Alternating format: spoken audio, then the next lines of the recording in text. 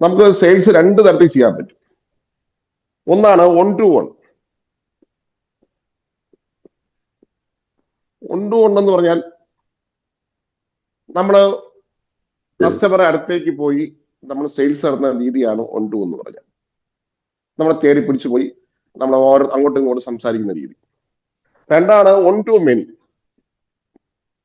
One two many എന്ന് പറഞ്ഞാൽ നമ്മൾ ഒരേ സമയം നമ്മൾ ഒരാളുണ്ടാവും, നമ്മൾ ഒരുപാട് ആൾക്കാരുടെ അടുത്തേക്ക് സെയിൽസ് നടത്തുന്ന രീതിയാണ് വൺ ടു മെനി എന്ന് പറയുന്നത്.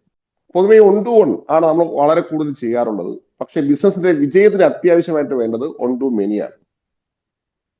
നമുക്ക് കുറച്ചുകൂടി ലളിതമായി പറയുകയാണെങ്കിൽ സെയിൽസ് രണ്ട് തരത്തിൽ ചെയ്യാൻ കഴിയും. ഒന്നാമത്തെ ഒരു രീതി എന്ന് പറയുന്നത് നമുക്ക് ഹണ്ടിങ് എന്ന് പറയും. ഹണ്ടിങ്, വേട്ടയാട്.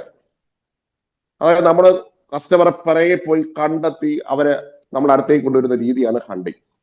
ഒരു ബിസിനസ് ആരംഭിക്കുമ്പോൾ ഹണ്ടിങ് മാത്രമേ ചെയ്യാൻ കഴിയൂ.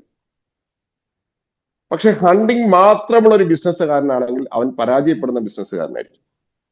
നമുക്ക് ഹണ്ടിങ് വേണം, ഹണ്ടിങ് വേണ്ട എന്നല്ല ഞാൻ പറഞ്ഞതിന്റെ അർത്ഥം. ബിസിനസ് ആരംഭിക്കുമ്പോൾ ഒരു ബിസിനസ്സുകാരന് ഹണ്ടിങ് മാത്രമേ ചെയ്യാൻ കഴിയൂ.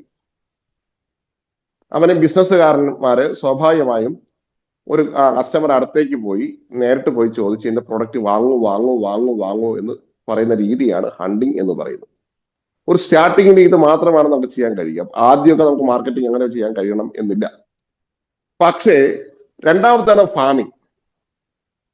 ഫാമിംഗ് എന്ന് പറഞ്ഞാൽ നമ്മൾ കസ്റ്റമറെ നമ്മൾ അടുത്തേക്ക് കൊണ്ടുവരിക. നമ്മൾ കൃഷി ചെയ്ത് വളർത്തി കുറെ കസ്റ്റമറെ ഉണ്ടാക്കുന്ന രീതിയാണ് ഫാമിംഗ് എന്ന് പറയുന്നത്. നമ്മൾ മാർക്കറ്റിംഗ് നടത്തി നമ്മുടെ അടുത്തേക്ക് കസ്റ്റമറെ കൊണ്ടുവരുന്നതാണ് ശരിക്കും പറഞ്ഞാൽ ഫാമിംഗ് എന്ന് പറയുന്നത്.